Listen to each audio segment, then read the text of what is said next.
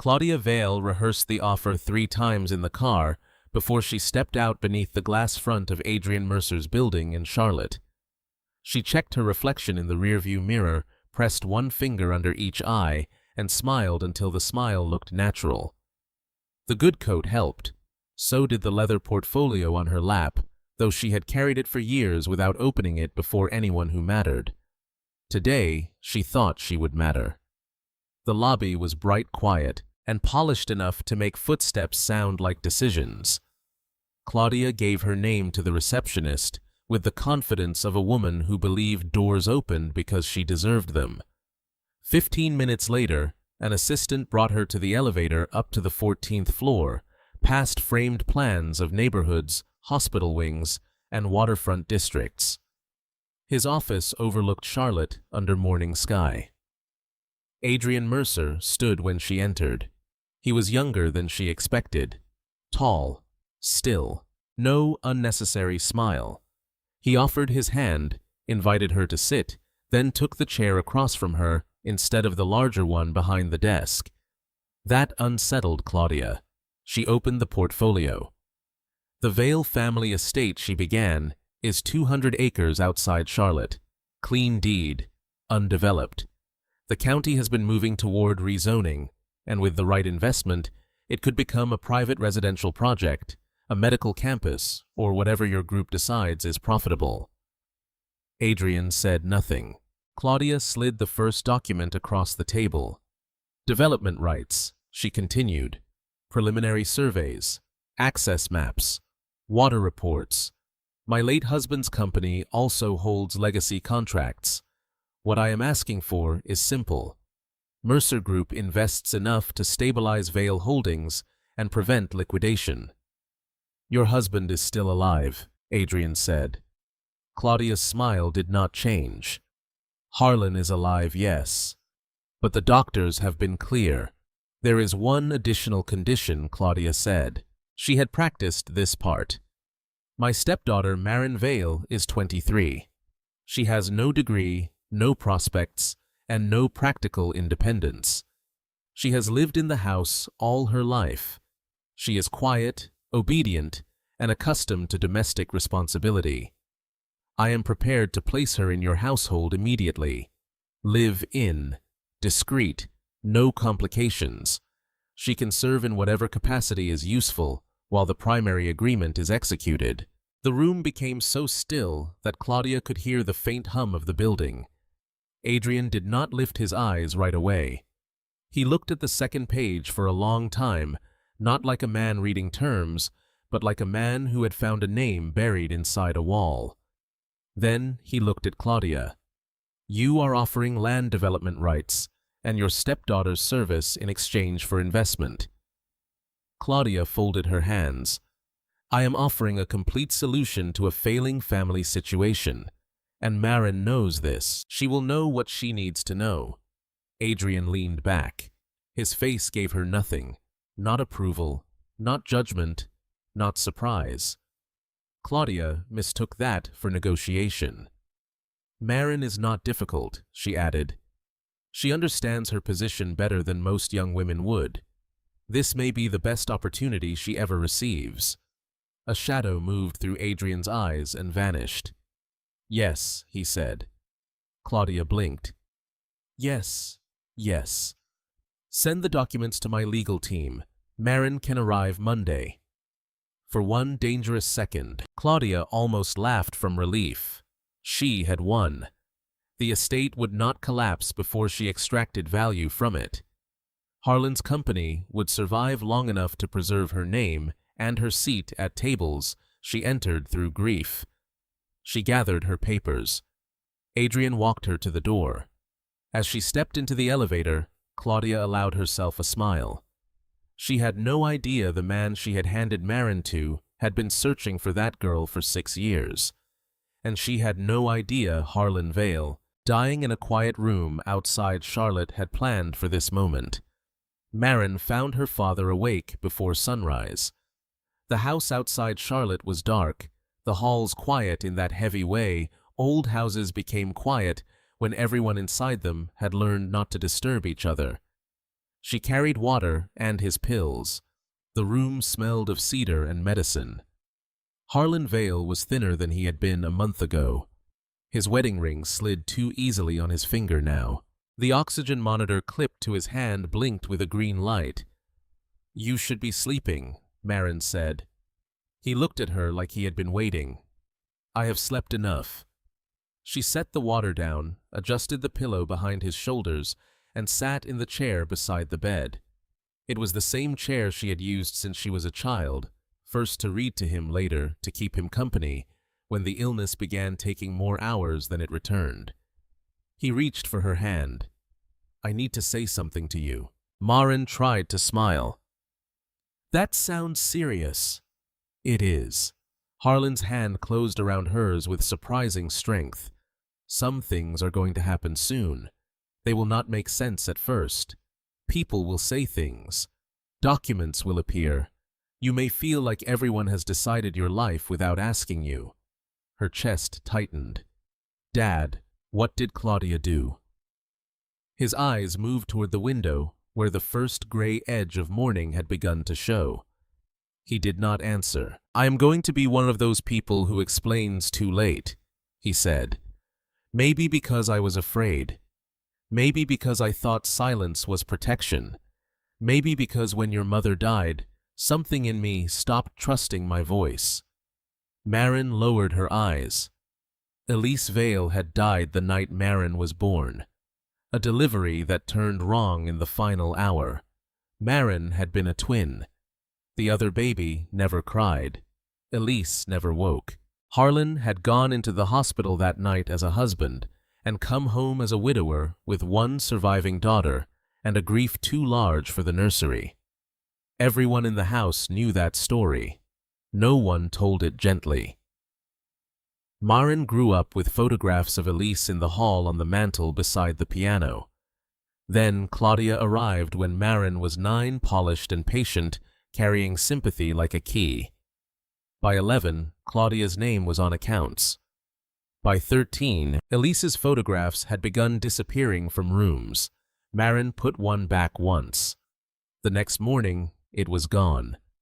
That was when she understood Claudia's talent. She did not scream. She did not strike.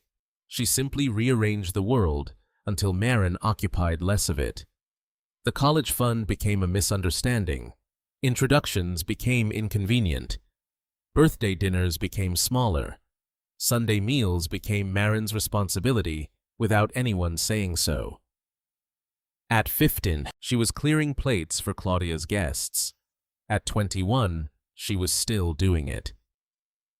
6 months earlier, 2 women from Claudia's business circle had come for lunch.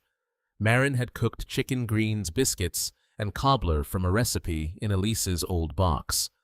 When she carried the dishes out, one woman smiled and asked if she was the housekeeper.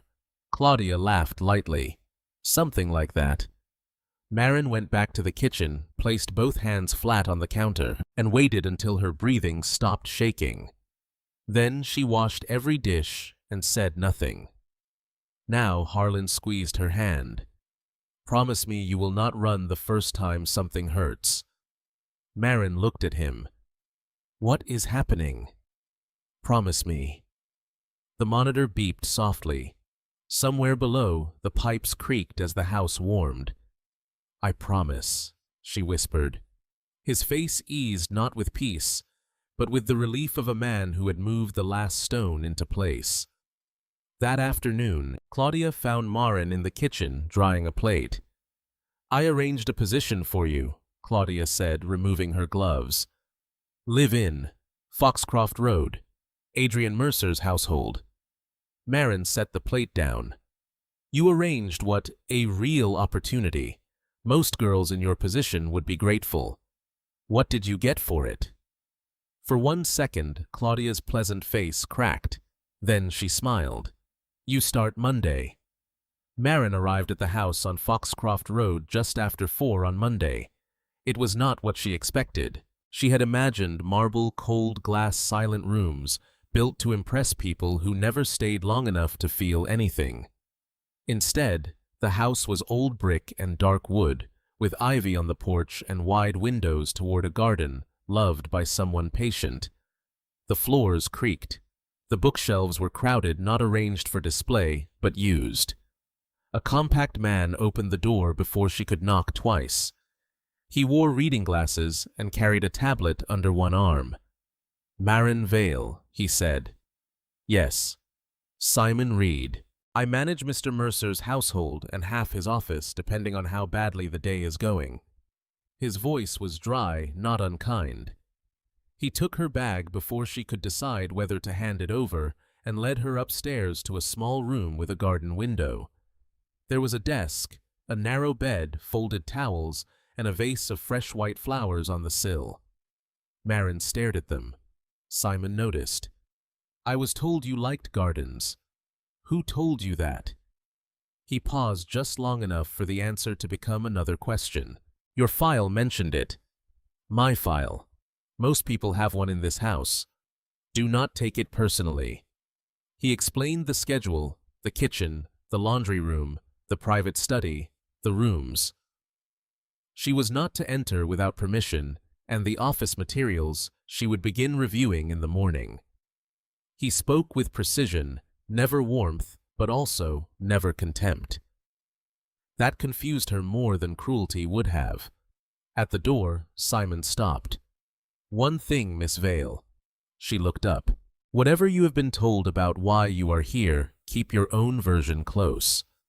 People with money are very good at naming things in ways that make them sound cleaner than they are." Before she could ask what he meant, he left. That evening, he brought her to the study.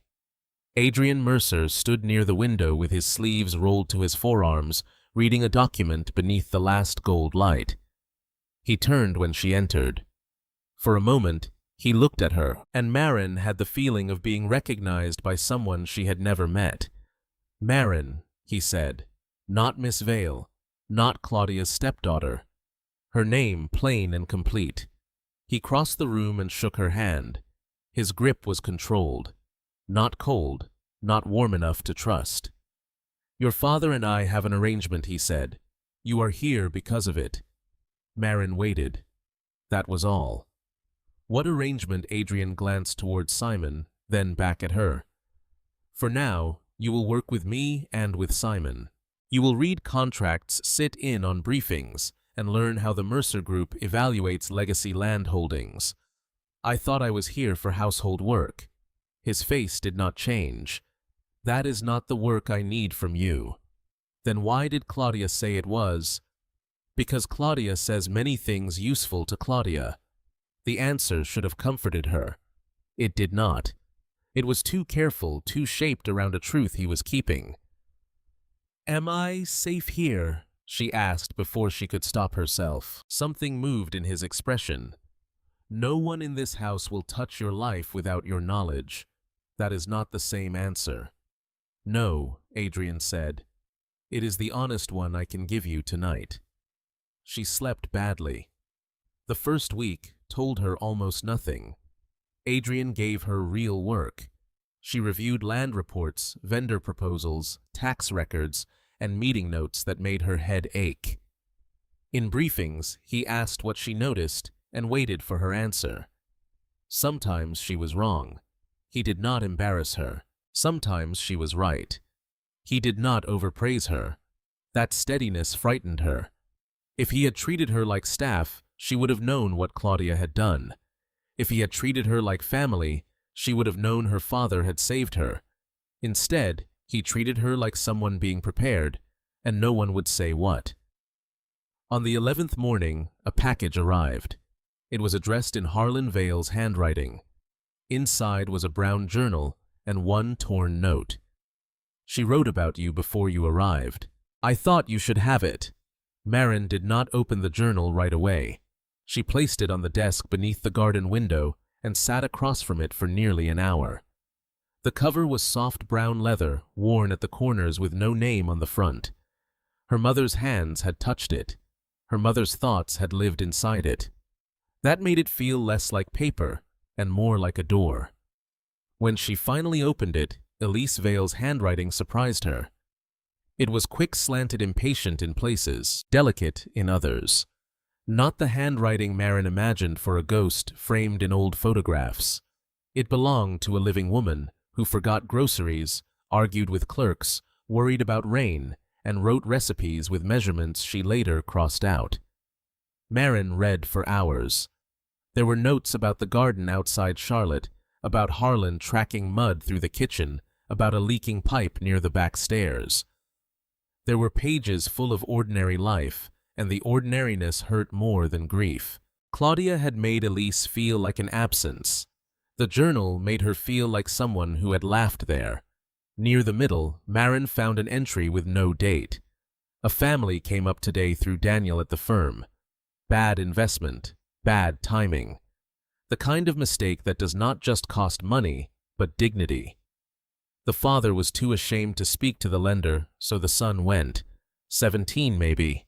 Daniel said it like it was amusing. A boy in a suit too large for him, trying to negotiate numbers grown men could not fix. I did not find it amusing. A child who stands between his father and ruin is not foolish.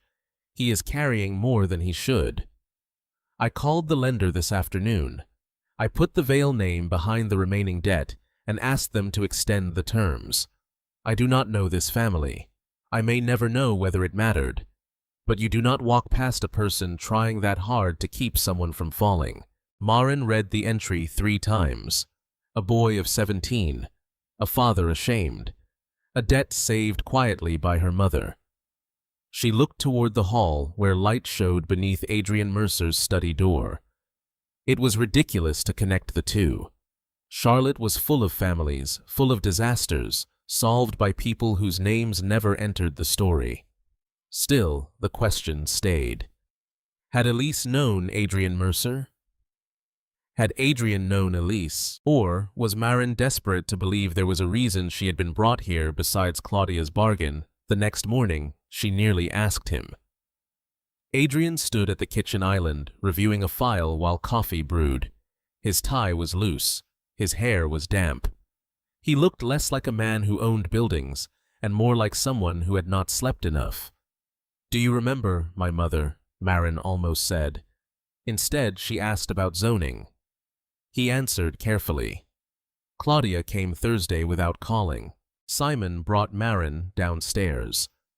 Claudia stood in the front hall, wearing cream gloves, looking around the house with the calm attention of someone pricing furniture. "Maren," she said, "you look settled. I am working." "Of course." Claudia smiled. "That is what I meant." Her eyes moved toward the staircase, the study, the entry table. She was collecting details for later use. Claudia never entered a room without deciding how it could serve her. "Your father is declining faster than expected," Claudia said. "I thought you should hear it from me." Maren kept her face still. "I will call him tonight." "You should. Time is not generous." "I have also been reviewing his affairs," Claudia continued. "Things are complicated. When men are ill, they sign whatever people place in front of them. It is important not to build expectations on temporary kindness." Maren felt the warning settle between them. "What does that mean?" "It means Adrian Mercer is a businessman. Your father is dying. I kept that house standing for 14 years. Try not to confuse a room in a wealthy man's home with a future." Claudia touched Maren's cheek. Then she left. 3 days later, a voicemail arrived from a private number. Claudia's voice was quiet. "Do not get comfortable. When Harlan is gone, the arrangement dissolves. You will have nothing to stand on. I am telling you this so you can plan. Despite everything, I have always tried to look out for you in my own way." Maren listened once, then again. After the second time, the house felt colder. Maren found the contract on a Friday evening. She had not been looking for it. Simon had gone to the office to resolve a filing. Adrian was upstairs on a call that had lasted 2 hours. The study door stood open, and Maren was returning a folder to the cabinet near the east wall, the one Simon said held land records and proposals. The second drawer stuck. She pulled harder, and a stack of papers shifted at the back. One folder slid forward, cream-colored, marked with a date from 8 weeks earlier. She saw Claudia's signature before she understood what she was holding. Maren stopped breathing. The document was titled Proposed Strategic Investment and Household Service Agreement. The words looked clean, professional, almost harmless. She opened it with hands gone cold. There was the Vale family estate, 200 acres outside Charlotte. Development rights, access reports, a request for capital investment into Vale Holdings. Then she reached the second paragraph. Miss Maren Vale, age 23, shall be placed in a live and household staff capacity under the personal management of Mercer Group leadership for an indefinite term pending execution of the primary investment contract. She read it once, then again. The room seemed to move farther away. Live in household staff. Personal management. Indefinite term. Her name sat in the middle of the sentence, like property described between land and liability. For 2 weeks, she had tried to hold two possibilities at once. Maybe Claudia had lied. Maybe Adrian was helping. Maybe her father had known something she did not. Maybe the careful work, the meetings, the documents, the questions Adrian asked her, all of it meant she was being prepared for something better. But this was the paper that brought her here. This was the language Claudia had carried into the 14th floor, and Adrian had said yes. Maren placed the document on the desk. Then she picked it up again, because pain demanded proof. She read the paragraph a third time, slower, looking for a legal phrase that changed its meaning. There was none. Her father's voice rose in her memory. Do not run the first time something hurts. She pressed one hand over her mouth. Dad, she whispered, what did you do? The house was silent around her. Too silent. The kind of silence Claudia had taught her to fear, because in silence people made decisions about Maren without saying her name aloud. Then Claudia's voicemail returned. Do not get comfortable. When Harlan is gone, the arrangement dissolves. Maren folded the document and slid it into her pocket. If she stayed, she might learn that Adrian had lied with a gentler voice. If she left, she knew what waited. $412 in savings. No degree. No network. A dying father she could not save. A house where she had disappeared once. She packed anyway. Not everything. Only what mattered. The journal. Her laptop. A small envelope with her bank card. A sweater Elise had worn in a photograph Claudia failed to find. She moved quietly, as if the house itself might stop her. She was halfway down the upstairs hall when Adrian's study door opened. He looked at the bag first, then at her face. I found the contract, Maren said. Adrian did not speak. The original one. The one with my name written into it, like I was part of the land.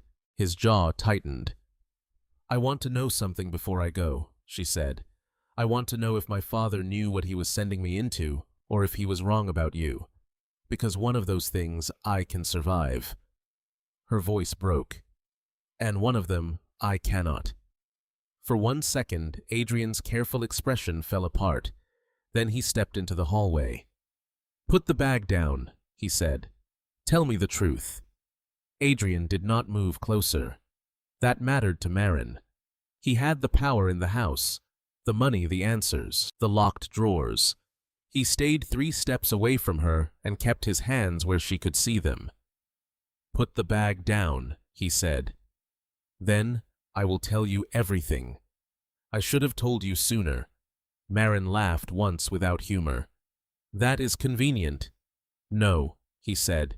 It is late. The word landed harder than she expected. She lowered the bag to the floor, but kept one hand on the strap. Adrian looked at it, then at her. The contract Claudia brought to my office was never the arrangement I intended to honor. I agreed, because agreeing was the fastest way to get you out of that house before she found another buyer, another lawyer, another lie. Maren stared at him. You expect me to believe you bought time by saying yes to her? Yes, that is still saying yes. I know. His answer was too plain to argue with. He took a breath. Your father called me 8 months ago, before Claudia came to my building, before any of this reached paper. He told me he was dying. He told me there were things he had failed to say to you. He asked me to make sure that when he was gone, you had protection work access and enough room to become what that house never allowed. Maren felt the wall behind her shoulders. Why you? Adrian looked toward the dark window. Because your father trusted a debt I never asked to be forgiven. She said nothing. When I was 17, my family nearly lost everything. My father made an investment he did not understand, with men who understood him too well. By the time he realized it, the company, our house, even my mother's clinic, were tied to the same failure. He was ashamed. So I put on a suit that did not fit and went to the lender myself. Maren's hand went cold. Adrian continued quieter now. I thought if I sounded older, they might listen. They did not. One of them smiled through the whole meeting like I was a child playing at business, which I was. I left believing I had watched my father fall and done nothing useful. The journal entry opened inside Maren's mind. A boy in a suit too large for him. A child standing between his father and ruin. That afternoon, Adrian said someone called the lender. She put her family name behind the remaining debt and forced them to extend the terms. We did not know who she was at first. My father found out years later.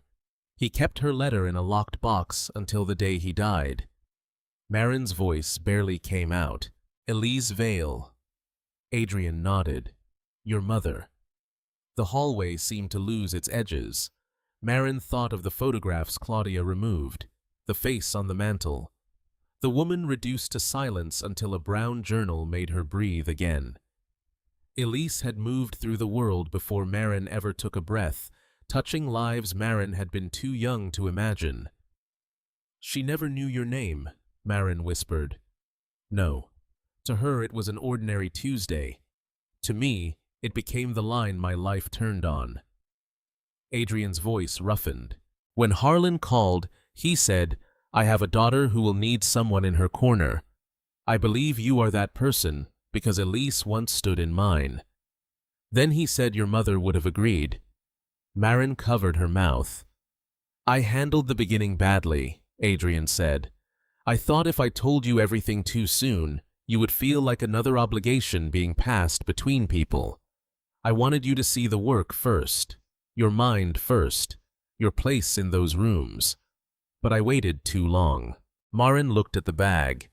Then she let go of the strap. I want every page, she said. The real arrangement. The one with my father. Top drawer of the study, Adrian said. It has been there since you arrived. Maren wiped her face, stepped around the bag, and walked beside him toward the light. Harlan declined faster after that. Maren returned to the house outside Charlotte when the nurse called on Tuesday evening. She found him sleeping with the lamp on and one hand resting over the blanket, as if he had been waiting for someone to take it. Claudia was downstairs speaking sharply into a phone. Maren did not go to her. She sat beside her father instead. He woke near midnight. You came, he whispered. Of course. The rain had started against the windows, soft at first, then steady. Maren held his hand and told him about the journal, about the boy in the oversized suit, about Adrian standing in the hallway and saying Elise Vale had changed the direction of his life. Harlan smiled faintly. Your mother never kept score, he said. She saw what needed doing and did it. Why did you not tell me more about her? His eyes closed with pain that had nothing to do with illness. I thought knowing her would make losing her heavier. I was wrong.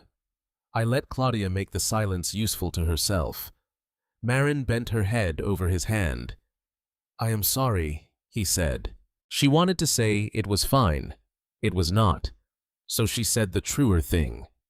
"Now I know." Near dawn on Thursday, his breathing changed. The spaces between each breath grew longer until the room seemed to be listening with her. His thumb moved once against her palm, checking that she was still there. "I am here," she said. His eyes opened one last time. "Was I too late?" Maren shook her head, though tears had filled her throat. "No." Harlan Vale exhaled, and the room became still. Adrian waited in the car the entire night. He did not text. He did not come inside. He simply stayed beneath the rain and the porch light, giving her the dignity of grief without making her carry it alone. The will was read 10 days later in a conference room in Charlotte. Claudia arrived with Graham Pike, her attorney, both prepared. Claudia wore navy, her mourning modest and expensive. She placed her portfolio on the table like a weapon she expected to use. The attorney began. The house went to Maren outright. The 200 acres outside Charlotte went to Maren. Vale Holdings, the development rights. The company shares the accounts Claudia had quietly treated as future property. All of them went to Maren. Mercer Group was named temporary operational advisor for 1 year with Maren as sole beneficiary and final decision-maker. Graham stopped writing. Claudia did not move, but her fingers tightened around the portfolio edge. Then the attorney read Harlan's letter. "To my daughter, Maren, I told you I might be one of those people who explained too late. I hope now you understand that some truths needed to arrive when you had enough ground under your feet to stand on them. You were never a burden to be managed. You were the part of your mother the world did not get to keep from me. Adrian Mercer owes our family nothing, but he remembers what your mother gave his. Trust him only as far as he earns it. Trust yourself further." The room stayed silent. Claudia stood. "This will be challenged." Adrian looked at her now. "The conversation in my office where you offered Maren as household staff in exchange for investment was recorded with proper notice under building policy. Every filing Harlan signed predates your injunction attempt by 8 months. Graham knows that." Graham's face had gone pale. "This is over," Adrian said. Claudia turned to Maren, finally seeing her. Maren looked back. "You spent years teaching me I was small," she said. "Your mistake was thinking I needed your permission to become anything else." Claudia picked up her portfolio. This time there was nothing inside it that could save her. The legal challenge lasted 4 months. Claudia filed motions, requested delays, questioned signatures, and suggested Harlan Vale had not been thinking clearly when he signed the documents that removed control from her hands. Every argument failed. The dates were clean. The witnesses were solid. The recordings held. Graham Pike withdrew in the 3rd month, calling it a strategic decision and not what it was: defeat. Claudia did not attend the final hearing. Maren did. She sat at the table with Adrian on one side and Simon on the other, wearing the same good coat she had once packed to leave Foxcroft Road. When the judge closed the matter, no music swelled. No one applauded. The room simply moved on the way rooms do after they have finished with pain. But Maren did not move on quickly. She spent the next weeks learning what had been hers before she ever believed she deserved it. Land reports, payroll sheets, tenant agreements, old debts, new proposals. The company her father had built was not romantic on paper. It was numbers, signatures, repairs, tax dates, and people who needed answers by Thursday. She learned them. Sometimes she was wrong. Sometimes she asked questions twice. Sometimes men who had known Harlan for 30 years spoke to Adrian instead of her, and Adrian would turn his chair slightly, look at Maren, and wait until they did too. He did not take the room from her. He gave it back. In the second month, Maren brought Elise's journal to the office and placed it on the corner of her desk. She did not read it every day. She did not need to. Its presence was enough. It reminded her that her mother had not been only a photograph Claudia could remove from a wall. Elise Vale had been a woman who saw a stranger's son trying to hold up his father's dignity and decided not to walk past him. That kind of love had outlived her. One morning, near the end of the 4th month, Adrian found Maren reviewing plans for the land outside Charlotte. Sunlight crossed the table. The garden beyond the window was bright with late roses. "You are staring," she said without looking up. "Yes." "Why?" He was quiet long enough that she lifted her eyes. "Because the legal arrangement is finished," he said. "Mercer Group advises only where you ask. Your father's request has been honored. Your mother's debt was never a debt, but if it was, it has been repaid." Maren waited. "What I want to say now belongs to none of that. I care about you, Maren, not as Harlan's daughter, not as Elise's legacy, as you." The room softened around the words in that moment. Maren thought of the girl with $412 and a bag in the hallway. She thought of her father asking if he was too late. She thought of her mother writing about an ordinary Tuesday that changed a life. Then she reached across the table and took Adrian's hand. "I know," she said. "There is a kind of love that does not announce itself. It arrives in papers signed 8 months before they are needed. In a phone call made by a woman who never asked to be remembered. In a man sitting outside in the rain, saying nothing, because presence is sometimes the only right language." Maren Vale had spent years being treated like something temporary. But she had never been temporary. She had roots. She had a name. She had people who protected her before she understood what protection looked like. If this story moved you, tell me in the comments. Have you ever realized someone was quietly protecting you long before you understood it? Drop your city below, share this with someone who needs it, and subscribe for more stories like this.